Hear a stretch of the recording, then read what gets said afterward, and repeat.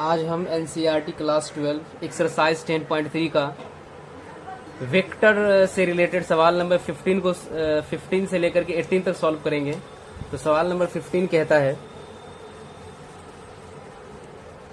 कि if the vertices A B C of a triangle A B C are 1, 2, 3 -1, 0, 0, 0, 1, 2 respectively find angle A B C. और ABC के बारे में कहा जाता है angle between the vector BA and vector BC। एक triangle का फॉर्मेशन करेंगे ABC, जिसमें A का कोऑर्डिनेट दिया हुआ है 1, 2, 3, B का कोऑर्डिनेट दिया हुआ है -1, 0, 0 और C का कोऑर्डिनेट दिया हुआ है 0, 1, 2। तो इसमें आपसे पूछ रहा है एंगल ABC, यानी कि इस एंगल के बारे में पूछ रहा है। तो इस वाले देखिए ट्रायंगल में 3 लाइन है, एक लाइन ये, एक लाइन ये, एक लाइन ये। तो सबसे पहले हमें इस लाइन का वेक्टोरियल फॉर्म लिखेंगे और इस लाइन का वेक्टोरियल फॉर्म लिखेंगे। और जब वेक्टोरियल फॉर्म निकल जाएगा तो फिर डॉट प्रोडक्ट के जरिए हम इसके एंगल को फाइंड आउट कर लेंगे।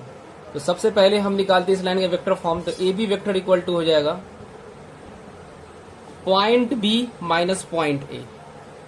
तो -1, -1 I cap plus 0, -2, 0, -2 J cap plus 0, -3 K cap. तो ये आपका निकल गया -2 I कैप, -2 J कैप और -3 K कैप। ये तो AB वेक्टर निकला।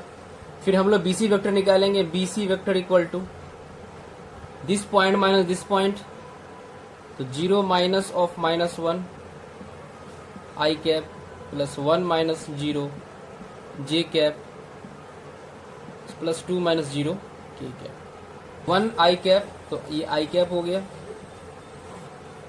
प्लस J कैप और प्लस 2 K कैप। तो ये वेक्टर हो गया आपका। तो हमको AB वेक्टर निकल चुका है और BC वेक्टर निकल चुका है। हमको इसके बीच का एंगल चाहिए ABC। तो बस इसका हम डॉट प्रोडक्ट लगा देंगे। तो डॉट प्रोडक्ट लगाने पर A vector dot BC vector equal to हो जाएगा mod of AB mod of BC और कॉस इस दोनों के बीच के angle, angle ABC, angle ABC। तो यहां से हम फाइंड आउट करेंगे। अच्छा ये देखो मॉड ऑफ A वेक्टर हमारा, AB वेक्टर में हमारा कितना है? तो AB वेक्टर हमारा, AB वेक्टर -2। यहीं पर मैं कर देता हूं डायरेक्ट। देखो ये AB वेक्टर है, ये BC वेक्टर है, तो इसके कोएफिशिएंट को मल्टीप्लाई कर देते हैं। तो -2 गुने 1 तो -2, -2 गुने +1 तो फिर से -2, 3 गुने 2 तो -6 इक्वल टू हो जाएगा AB का मैग्नीट्यूड। तो AB का मैग्नीट्यूड क्या आ जाएगा? इसके कोएफिशिएंट के स्क्वायर को ऐड कर देंगे। तो 2 का स्क्वायर 4, फिर 2 का स्क्वायर 4, तो 4 4 8 हो गया और 3 के स्क्वायर 9, तो 8 9 17, तो ये जगह √17। फिर इसका स्क्वायर करेंगे। यहाँ का कोएफिशिएंट 1 है, यहाँ का कोएफिशिएंट 1 है, तो 1 का स्क्वायर 1, 1 का स्क्वायर 1, तो 1 1 2 और 2 का स्क्वायर 4, तो 4 और 2 हो जाएगा 6, तो √6 हो गया। और कॉस एंगल ABC। तो इससे हम एंगल ABC को फाइंड, यहाँ पर देखो क्या होता है -2 -2 -6, तो -2 -2 -4 और -6 -10, तो ये हो जाएगा आपका कॉस। तो cos angle ABC equal to हो जाएगा -10 अपॉन √7 √17 और √6। तो ABC हो जाएगा कॉस इनवर्स -10 अपॉन √17 और √6। तो ये आपका आंसर है। एक बार आप लोग देख लो।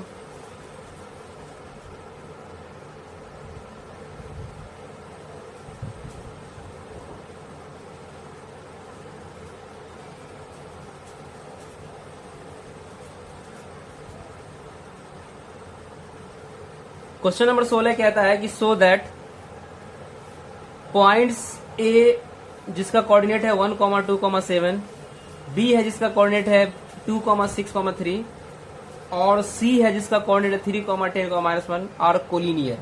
हमको इसको कोलिनियर साबित करना है, यानी कि संरेखीय साबित करना है। पॉइंट ए देखिए, पॉइंट ए का कोऑर्डिनेट क्या है 1,2,7, पॉइंट बी का कोऑर्डिनेट क्या है 2,6,3, पॉइंट सी का कोऑर्डिनेट है 3,-10,-1। पहले हम इस तीनों पॉइंट से वेक्टर निकालते थे। पहले ए बी वेक्टर निकालते हैं। A B vector equal to हो जाएगा point this minus point this, 2-1 I cap, 6-2 J cap, 3-7 K cap. ये हो जाएगा आपका I cap plus 4 J cap minus 4 के कैप। अब हम निकालते हैं BC vector. BC vector equal to हो जाएगा this point minus this point, तो 3-2 आई कैप, और ये हो जाएगा आपका प्लस 10-6 जे कैप प्लस -1 -3 -1 -3 के कैप। तो इसको सॉल्व करेंगे तो हो जाएगा i cap plus 4 J cap और -4 के कैप। तो A B vector equal to 1 times BC vector आ गया, यानी कि लेमडा की जगह पर 1 है, यानी कि सेम टू सेम वेक्टर आ चुका है। तो इस बेसिस पर हम कह सकते हैं कि ए बी और बीसी क्या है, कोलिनियर वेक्टर है। तो ये पॉइंट क्या है, ये पॉइंट भी कोलिनियर है, ये पॉइंट भी कोलिनियर है। अगला क्वेश्चन है कि show that 2 I cap minus J cap plus के कैप माइनस आई कैप माइनस 3 जे कैप माइनस 5 के cap and 3 I cap minus 4 J cap minus 4 के cap form vertices of right angle. तो इसका हम सबसे पहले ये निकाल लेते हैं, सभी वेक्टर का जो मैग्नीट्यूड है वो निकाल लेते हैं। तो वेक्टर लिख लेते हैं पहले 2 आई कैप माइनस जे कैप प्लस के कैप। दूसरा वेक्टर है आपका I cap minus 3 J cap minus 5 के कैप। तीसरा वेक्टर है 3 आई कैप माइनस 4 जे कैप माइनस 4 के कैप। तो सबसे पहले तीनों से हम मैग्नीट्यूड निकाल देते हैं। अब मैग्नीट्यूड निकालने के बाद देखेंगे क्या ये ट्रिपलेट को फॉलो कर रहा है।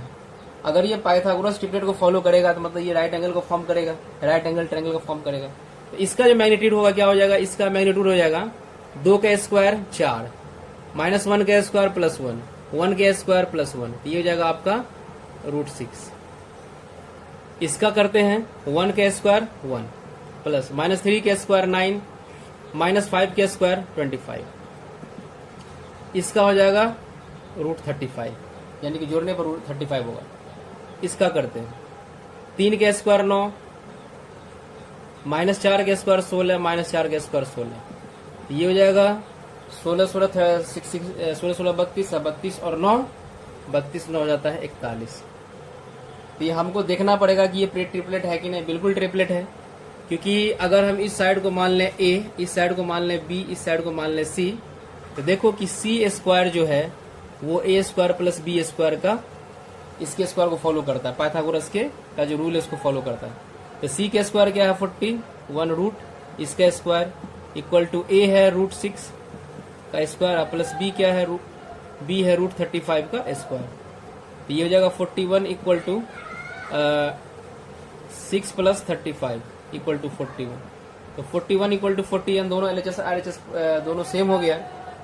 तो इस बेसिस पर हम कह सकते हैं कि ये पाइथागोरस ट्रिपलेट को फॉलो कर रहा है, इसलिए राइट एंगल ट्रायंगल को फॉर्म करेगा।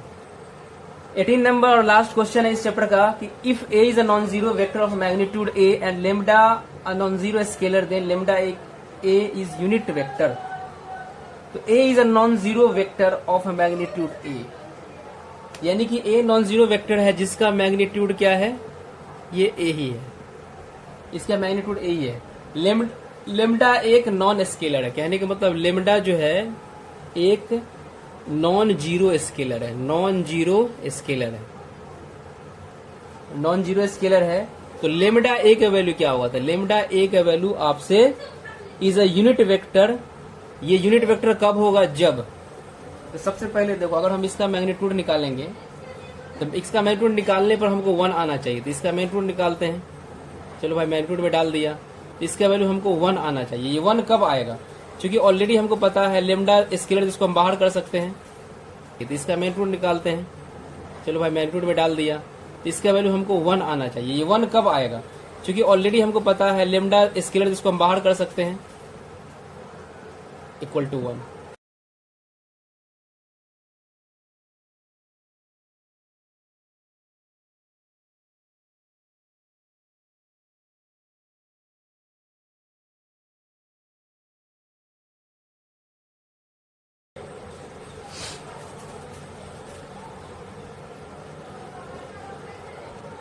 अब चलिए थोड़ा क्रॉस प्रोडक्ट के बारे में डिस्कस कर लेते हैं। क्रॉस प्रोडक्ट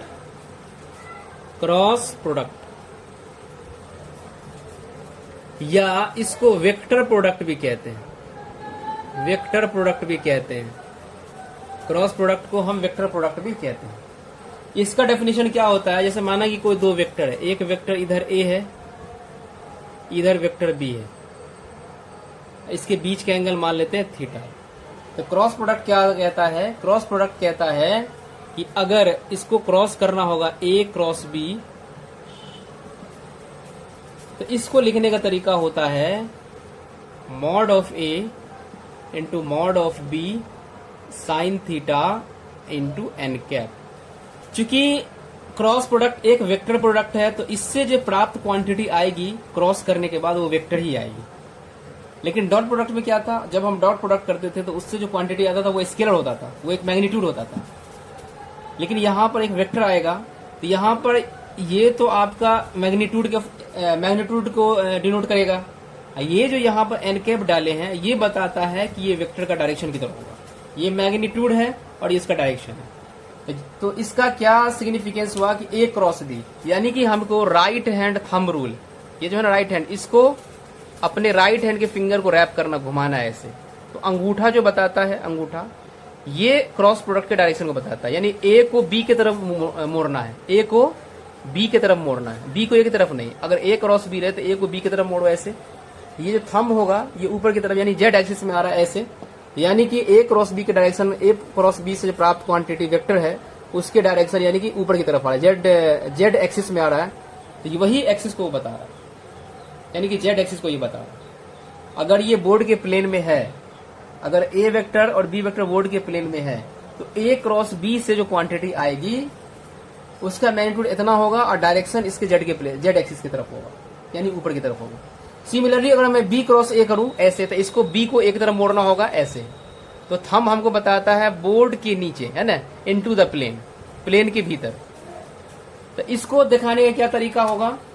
तो ये होता, अगर बी क्रॉस ए करना होगा तो B cross A equal to हो जाएगा mod of B mod of A sine theta. इतना तो सब कॉमन है, जिस इसमें भी वही है, इसमें भी वही है। लेकिन यहां पर आपको माइनस एन कैप देना होगा। अगर ये पॉजिटिव ऊपर है तो ये माइनस बताता है कि ये नीचे होगा। ये क्या बताता है? ये नीचे होगा, इसका डायरेक्शन। यही वजह है कि ए क्रॉस बी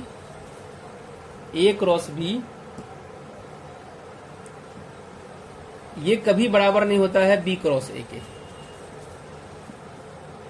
ये बराबर कब होगा? तो इसमें माइनस साइन आपको लगाना होगा। तो ए क्रॉस बी ये बराबर कब होगा? जब आप इसमें माइनस लगाएंगे बी क्रॉस ए, क्योंकि यहां पर माइनस एक्स्ट्रा आ चुका है, ये माइनस एक्स्ट्रा आ चुका है।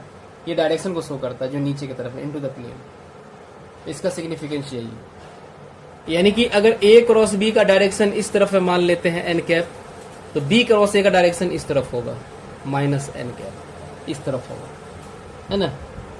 समझो कि ये जेड प्लेन में है, ये दोनों हमारा बोर्ड के प्लेन में, एक्स वाई के प्लेन में है, ये जेड के प्लेन में है, ये भी जेड के प्लेन में। अब इससे हम कुछ ऑब्जर्वेशन देखते हैं कि क्या क्या ऑब्जर्वेशन है। सबसे पहला ऑब्जर्वेशन ये है कि ए क्रॉस बी क्या है? ये एक वेक्टर है। क्या है? ये एक वेक्टर है आपका। दूसरा ऑब्जर्वेशन है कि अगर ए और B, A and B non zero vector है, यानी कि जीरो नहीं है, नॉन जीरो वेक्टर है, तब ए क्रॉस बी जीरो तब होगा, ए क्रॉस बी जीरो तब होगा जब ए वेक्टर पैरेलल होगा बी वेक्टर के। तीसरा ऑब्जर्वेशन ये है कि अगर एक वेक्टर है ए इस तरफ, और उसी मैग्नीट्यूड का सेम वेक्टर है इस तरफ, दोनों के बीच का एंगल कितना है 180 डिग्री। तो माइनस ए क्रॉस ए ये 0 हो जाएगा, क्योंकि क्या है कोलिनियर वेक्टर है। तो कोलिनियर वेक्टर का जो क्रॉस कराते हैं तो वो 0 हो जाता है। अगर एक वेक्टर इधर है, सेम मैग्नीट्यूड का भी दूसरा वेक्टर इधर ही है, फिर भी ए क्रॉस ए ये भी 0 हो जाएगा। इस केस में जो एंगल है दोनों के बीच का पाई है, इस केस में दोनों के बीच का एंगल 0 डिग्री है। तो कोलिनियर वेक्टर का जो क्रॉस प्रोडक्ट होता है वो 0 होता है। कोलिनियर वेक्टर चाहे एक रेखा में हो, चाहे पैरेलल हो, चाहे अपोजिट डायरेक्शन में हो, इसका हमेशा क्या होगा क्रॉस प्रोडक्ट 0 हो जाएगा।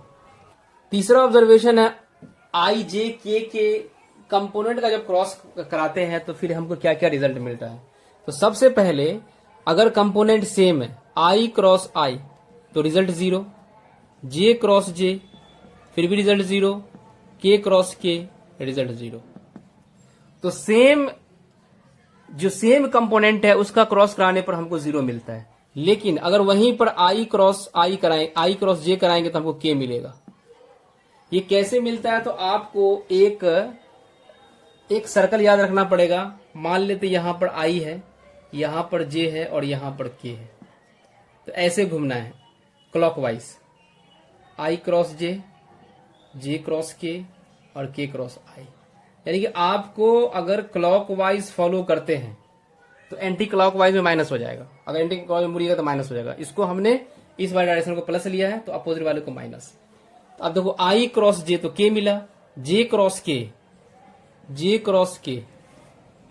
जब के कराएंगे तो हमको क्या मिलेगा, जे क्रॉस के हम इसी क्लॉकवाइज में मूव कर रहे हैं तो जे क्रॉस के क्या मिलेगा, आई मिलेगा। के क्रॉस आई क्या मिलेगा, के क्रॉस आई, तो हमको फिर से जे मिलेगा। लेकिन कोई बोलेगा मैं उल्टा चलूं के क्रॉस जे, तो के क्रॉस जे अगर कोई चलेगा ऐसे तो यानी कि हमने इसको अपोजिट फॉलो किया है एंटी क्लॉकवाइज में। तो एंटी क्लॉकवाइज में के क्रॉस जे आई तो होगा लेकिन विथ माइनस साइन, तो ये हो जाएगा माइनस आई कैप। तो उल्टा चलने पर ये हो जाता है। अगर कोई बोलेगा कि मैं चलूंगा जे क्रॉस आई, तो जे क्रॉस आई हम उल्टा चल रहे तो हो जाएगा माइनस के।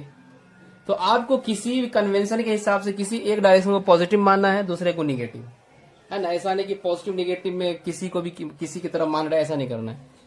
हमारा एक डायरेक्शन अगर क्लॉकवाइज पॉजिटिव है तो एंटी क्लॉकवाइज अगर ये मूव करेगा, मूवमेंट होगा, तो वहां पर फिर नेगेटिव आएगा। अगर वेक्टर ए है ये वेक्टर बी है, इसके बीच का एंगल थीटा है, तो हमको अगर ए क्रॉस बी का मैग्नीट्यूड निकालना होगा तो ए क्रॉस बी, और इसका भी मैग्नीट्यूड निकालना होगा तो निकलेगा mod of A mod of B sine theta into N cap, जो है इसका भी मैग्नीट्यूड निकालना होगा। तो ये तो चूंकि यूनिट वेक्टर है जो डायरेक्शन को बताने के लिए इस्तेमाल हुआ है, तो इसका वैल्यू 1 हो जाएगा। तो ये फाइनली क्या बन जाएगा हमारा, ए क्रॉस बी का mod equal to mod of A mod of B और साइन थीटा। यहां से अगर थीटा फाइंड आउट करेंगे हम तो जो साइन थीटा इक्वल टू क्या आ जाएगा, A cross B mod of A into mod of B. अगला ऑब्जर्वेशन है कि अगर ए और B adjacent sides of a triangle है तो ये जो A cross B half of A cross तो half of A cross B जो होगा वो एरिया ऑफ दिस ट्रायंगल होगा। वो कैसे, तो देखो, तो हम जानते हैं एरिया ऑफ द ट्रायंगल क्या होता है, area of triangle A B C. ये क्या हो जाएगा, ये हो जाएगा 1/2 इंटू बेस। तो बेस क्या है ए बी इंटू हाइट क्या है सी डी, ये हम जानते हैं। अब इसमें चलो हम लगाते हैं, तो ए बी किसके बराबर है, मैग्नीट्यूड ऑफ बी के बराबर है, तो ये हो जाएगा ए बी, ये मैग्नीट्यूड बी के बराबर है। सी डी क्या है, सी डी अगर इस वेक्टर को अगर हम रिजोल्व करें इस डायरेक्शन में, ऐसे इस वेक्टर को इस डायरेक्शन में रिजोल्व करें तो सी डी बराबर क्या हो जाएगा, सी डी बराबर हो जाएगा ए साइन थीटा, यानी कि magnitude of A sine theta. तो ये हो जाएगा magnitude of A sine theta. तो हम जानते हैं कि ए बी साइन थीटा क्या होता है, ए बी साइन थीटा होता है magnitude of A cross B, तो क्या हो जाएगा ये हाफ, इतना के बदले में लिखेंगे mod of A cross B. तो आपको अगर दिया रहे कि भाई दो वेक्टर है जो adjacent side of the triangle है, तो इसका एरिया निकाले, और वो वेक्टर फॉर्म में दिया रहेगा, तो ये फॉर्मूला आपको लगा देना है। ए क्रॉस बी का मैग्नीट्यूड निकालना, उसको हाफ से डिवाइड कर देना, तो आपको एरिया ऑफ द ट्रायंगल निकल जाएगा। अगला ऑब्जर्वेशन है कि ए और B side of the parallelogram है, तो इस पैरेललोग्राम को हम कंप्लीट करते हैं। पहले पैरेललोग्राम को हमने कंप्लीट कर दिया, तो साइड ऑफ द पैरेललोग्राम है, तो इसका एरिया जो होता है वो magnitude of A cross B होता है। कैसे, तो चलो देखते हैं। इस पर पहले हम इस बेस पर परपेंडिकुलर डालते हैं, इसका कुछ नाम दे देते हैं ए बी सी डी।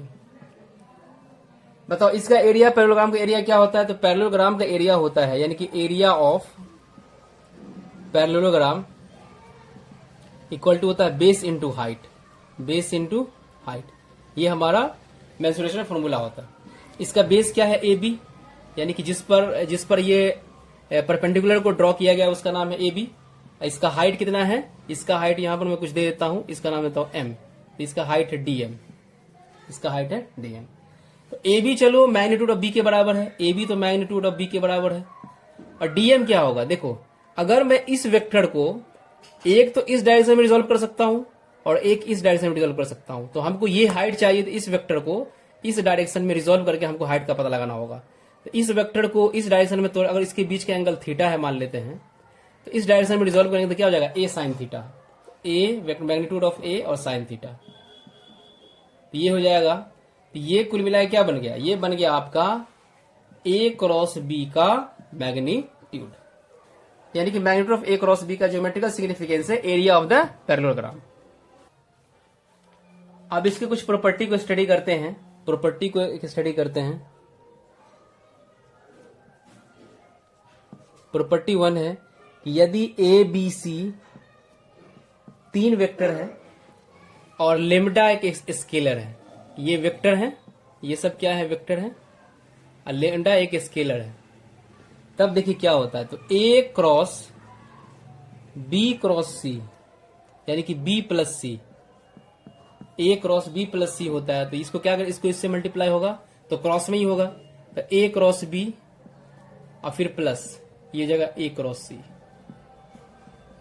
इस तरह से होगा। सिमिलरली लेमडा टाइम्स अगर ए क्रॉस बी है, तो स्केलर से मल्टीप्लाई करने पर वेक्टर के डायरेक्शन में कोई फर्क नहीं पड़ता है, तो ये हो जाएगा lambda times A across B, A cross lambda times B vector, ऐसे भी लिख सकते हैं। ऐसा नहीं कि लेमडा को दोनों से मल्टीप्लाई कर देना, क्योंकि भाई ये सब मल्टीप्लाई में है, जोड़ में नहीं है कि इसको इससे भी किया इसको इससे भी किया, ये दोनों मल्टीप्लाई में, तो किसी एक से ही मल्टीप्लाई करना है। या तो आप लेमडा को ए से मल्टीप्लाई कर दो, क्रॉस बी कर दो, या फिर ए को अलग रखो, लेमडा को बी से मल्टीप्लाई कर दो, उसके बीच में क्रॉस डाल दो, तो इस तरह से करना है। कंसेप्ट है कि अगर ए और बी, ए वेक्टर और बी वेक्टर कंपोनेंट के फॉर्म में दिया हो, मान लेते हैं कि ए इक्वल टू है A1 आई कैप प्लस A2 जे कैप प्लस A3 के कैप। सिमिलरली बी वेक्टर है B1 आई कैप प्लस B2 जे कैप प्लस B3 के कैप। अगर ये वेक्टर कंपोनेंट के फॉर्म में दिया रहे, तब इसका क्रॉस प्रोडक्ट कैसे करना था। इसका क्रॉस प्रोडक्ट करना होगा ए क्रॉस बी करना है। इसको हम डिटरमिनेंट के फॉर्म में अरेंज कर सकते हैं इस तरह से, इसको लिखेंगे आई कैप जे कैप और के कैप, और आई के सामने जो आई के कंपोनेंट उसको लिखेंगे A1 B1 है, जे के सामने जे कंपोनेंट A2 B2 है और A3 B3 है।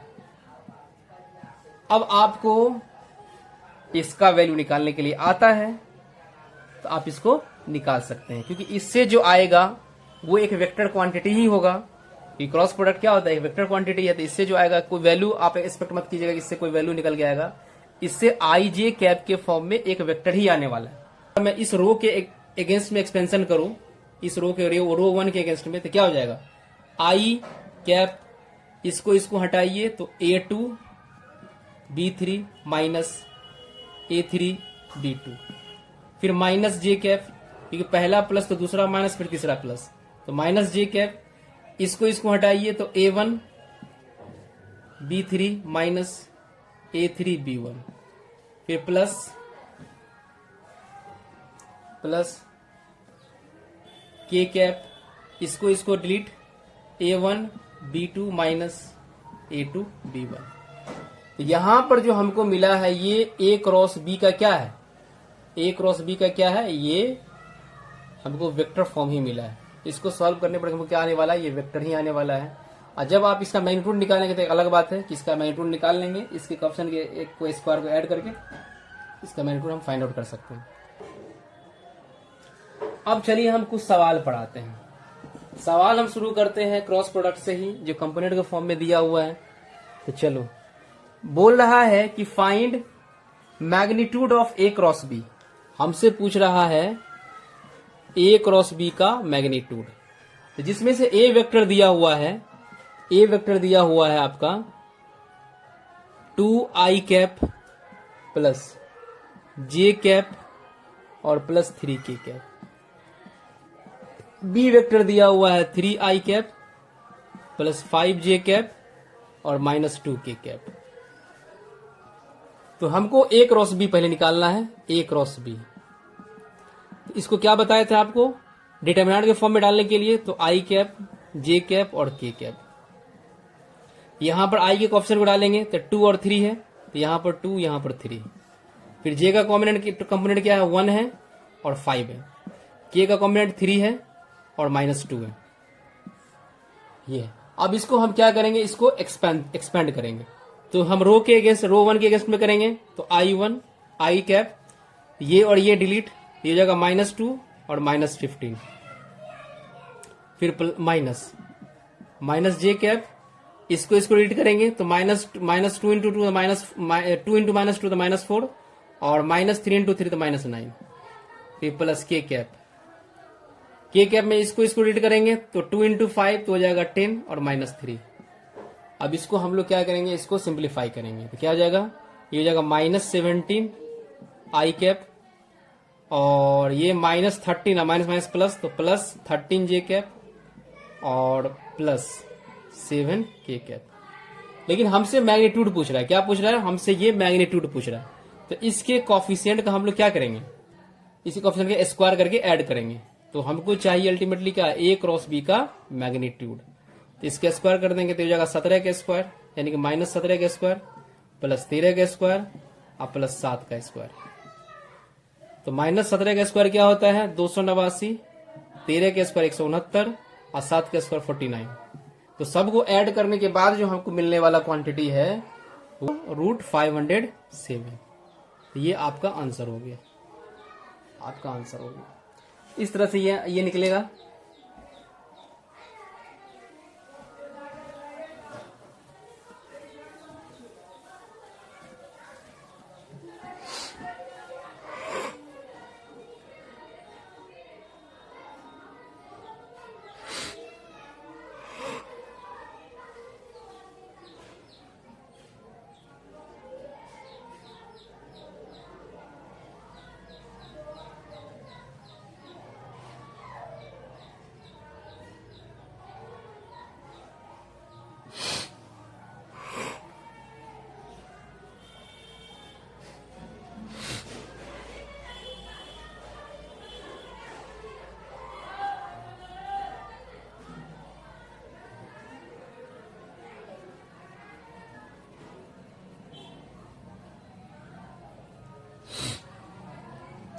अगला क्वेश्चन है, एक एग्जांपल के तौर पर एक क्वेश्चन कि find the unit vector perpendicular to each of the vector a plus B and a minus B. तो हमको एक यूनिट वेक्टर बताना है जो a प्लस बी और a माइनस बी, ये दोनों वेक्टर पर क्या होना चाहिए, परपेंडिकुलर होना चाहिए।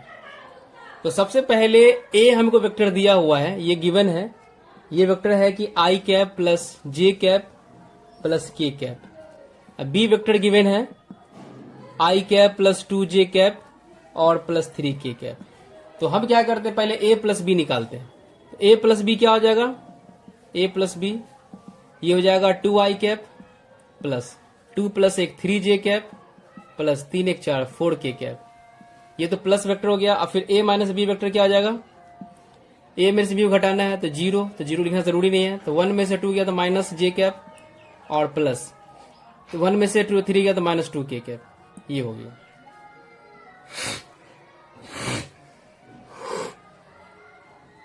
अब हमको इस दोनों वेक्टर का क्या निकालना है, क्रॉस प्रोडक्ट।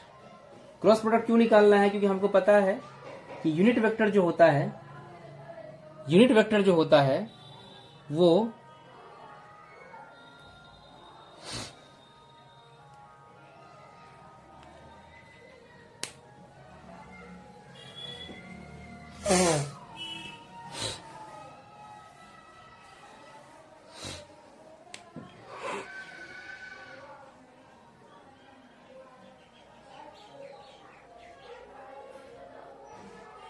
जैसे कि एग्जाम्पल के तौर पर बताइए, अगर मैं बोले कोई वेक्टर ए है, इसका यूनिट वेक्टर आप निकालो, तो कैसे निकालते थे यूनिट वेक्टर को, तो लिखते थे ए वेक्टर और मैग्नीट्यूड ऑफ ए वेक्टर। ठीक है, तो ये जो निकलता था वो निकलता था unit vector in the direction of A vector. ये परपेंडिकुलर नहीं निकलता था। हमसे पूछ रहा परपेंडिकुलर, तो परपेंडिकुलर का केस कब आता है, आपको क्रॉस प्रोडक्ट में ही आएगा। क्यों, क्योंकि जब हम ए क्रॉस बी करवाते हैं, एक को क्रॉस में के साथ बी करवाते हैं, तो इससे जो हमारा ये वेक्टर निकलता है वो यूनिट वेक्टर होता है, जो इस दोनों वेक्टर पर क्या होता है, परपेंडिकुलर होता है।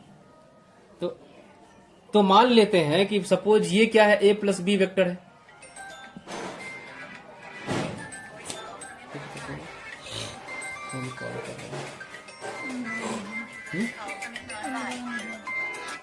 जी जी बोलिए, ले लीजिएगा थोड़ा देर में, अभी थोड़ा घड़े में है लेकिन कुछ काम कर रहे हैं। ले लीजिए ना, आधा घंटा में।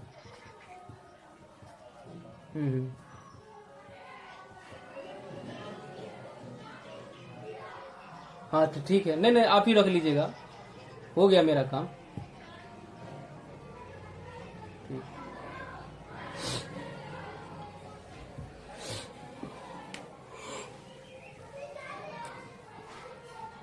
मान लेते हैं कि ये a प्लस बी वेक्टर है और ये a माइनस बी वेक्टर है।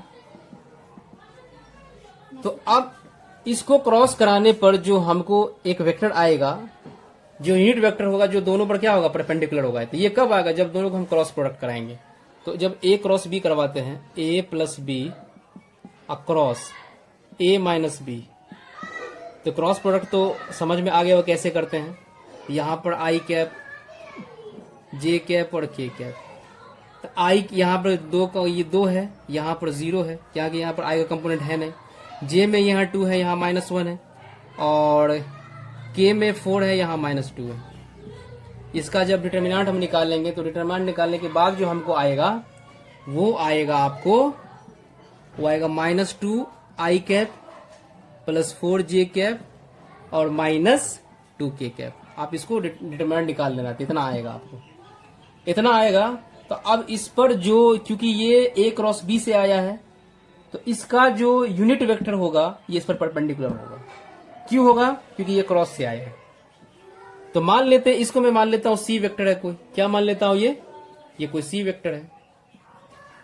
तो c का यूनिट वेक्टर क्या होता है, तरीका वही रहेगा। यूनिट वेक्टर क्या होगा, तरीका वही रहेगा, मैग्नीट्यूड ऑफ c वेक्टर बट्टे मैग्नीट्यूड ऑफ c वेक्टर। तो c वेक्टर तो हमारा ये है, c वेक्टर क्या है, c वेक्टर तो हमारा ये है, -2i cap plus 4j cap और -2 के कैप। इसका मैग्नीट्यूड क्या हो जाएगा, 2 का स्क्वायर 4, 4 का स्क्वायर 16 और 2 का स्क्वायर 4 4 4 4 8 8 16, तो ये जो है 24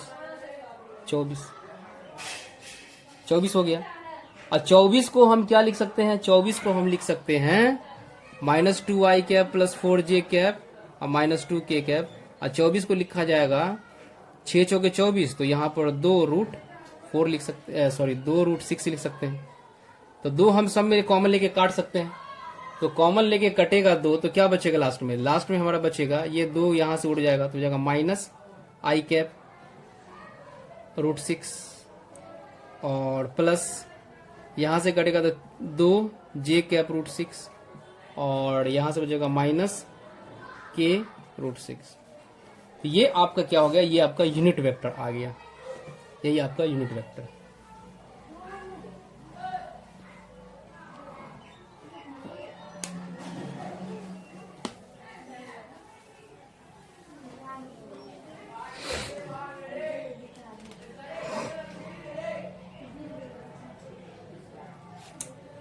तो नेक्स्ट क्लास में हम लोग एक्सरसाइज 10.4 को सॉल्व करेंगे।